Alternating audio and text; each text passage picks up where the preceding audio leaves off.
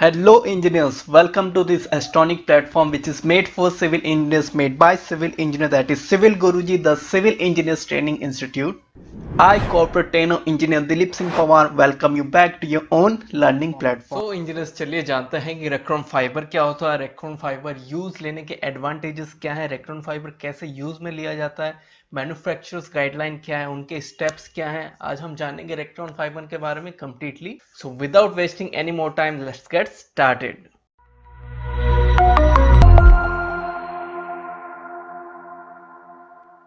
सो engineers, Recron fibre एक building material है। Recron fibre use में लिया जाता है to prevent the propagation and development of cracks and it also imparts the strength as well. जहां भी कंक्रीटिंग वर्क होता है वहां रेक्रोन फाइबर को रिकमेंड किया जाता है कि जहां कंक्रीटिंग वर्क हो रहा है वहां आप रेक्रोन फाइबर यूज में लें। चलिए जानते हैं रेक्रोन फाइबर के बारे में। Let me read out for you. Recron 3S fibers are manufactured in an ISO 9001:2000 facility for using concrete as a secondary reinforcement. Recron fibre को एज अ सेकेंडरी रेनफोर्समेंट भी कहा जाता है क्योंकि रेक्रोन फाइबर क्या करता है, स्ट्रेंथ इंपार्ट करता है with concrete.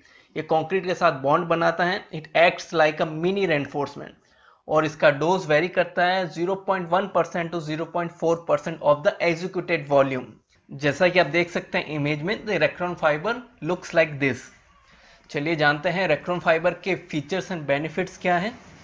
Engineers, Recron fibre use करने के मल्टीपल एडवांटेजेस हैं। उन्हीं में से कुछ एडवांटेजेस हैं जो मेन एंड इंपॉर्टेंट है। वो है it improves resistance to plastic and drying shrinkage cracking.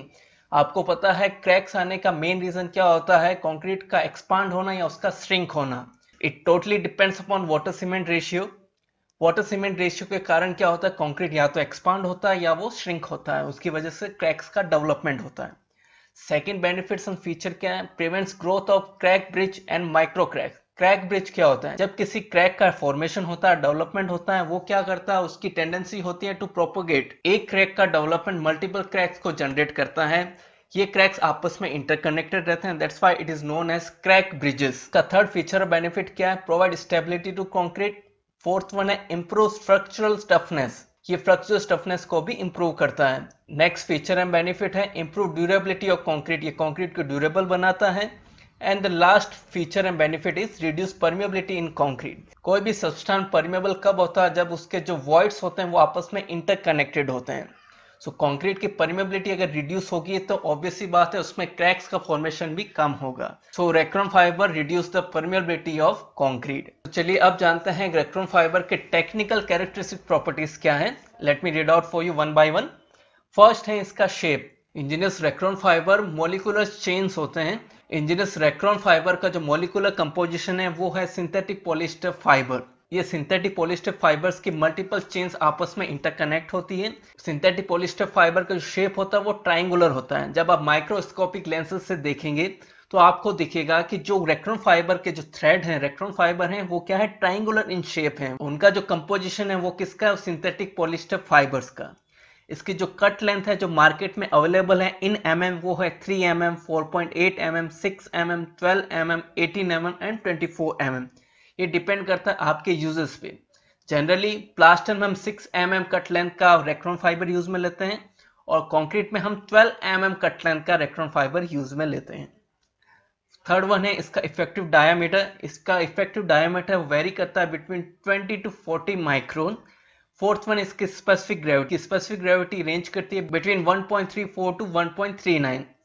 Recron fibre का जो मेल्टिंग पॉइंट है वो है 250 टू 265 डिग्री सेल्सियस और जो इसकी टेंसाइल स्ट्रेंथ है वो है 4 टू 6 पाउंड पर स्क्वायर इंच। रेक्रोन फाइबर का जो इलोंगेशन होता है वो 20 टू 60% होता है। एंड जो लास्ट प्रॉपर्टी है इसकी वो है यंग्स मॉडुलस, वो है more than 5000 megapascal. Let's engineers move on to our primary application that where we actually use the Recron fibre.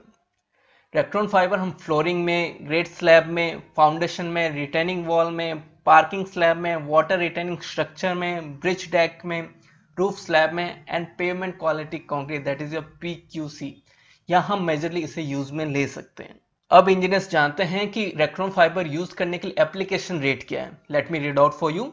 Rate of application of Recron fiber generally depends upon manufacturer guideline, but in general we use 125 grams of Recron fiber in 50 kg cement. It means for 1 bag of cement it will consume 125 gram. Engineers, जो रेक्टन fibre का जो application है वो completely किस पे depend करता है? Manufacturers के गाइडलाइन और उसके स्टेप्स है। बट इन जनरल हम रेक्टन फाइबर की क्वांटिटी कितनी यूज में लेते हैं? 125 gram in 50 kg of cement, मतलब 1 बैग ऑफ सीमेंट हम 125 gram of Recron fibre use में लेंगे। Let's see its compatibility. Recron fibres are compatible with all commonly used admixture concrete work. So Recron fibre को आप किसी भी type का concrete work होता है उसमें यूज में ले सकते हैं। It is completely compatible with all kind of concrete work. चलिए अब जानते हैं इसकी पैकेजिंग के बारे में। Recron fibres are available in 125 gram, 450 gram, 600 gram, 900 gram and 1.35 kg। Recron fibre अलग अलग क्वांटिटी की पैकेजिंग में अवेलेबल होता है। आप देख सकते हैं वैरायटी ऑफ पैकेजिंग। ये मिनिमम 125 ग्राम से 1.35 kg मैक्स इसकी पैकेजिंग होती है और इसको अच्छे से पैनलाइज किया जाता है so that during the transportation it is protected completely. It is written here they are panelized properly so that it provides protection during the transportation.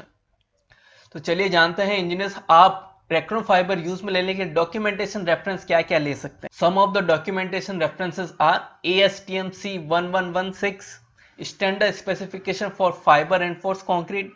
Second one is IS 456-2000 guideline for concrete amendment August 2007.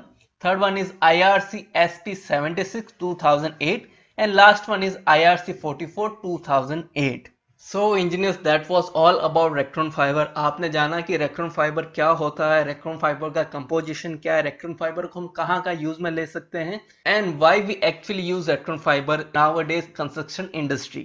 So engineers, in the next video I will bring more knowledgeable and educational content like this. So if you like this content then please like and share. Till then, be safe, be healthy. Jai Hind, Jai Bharat.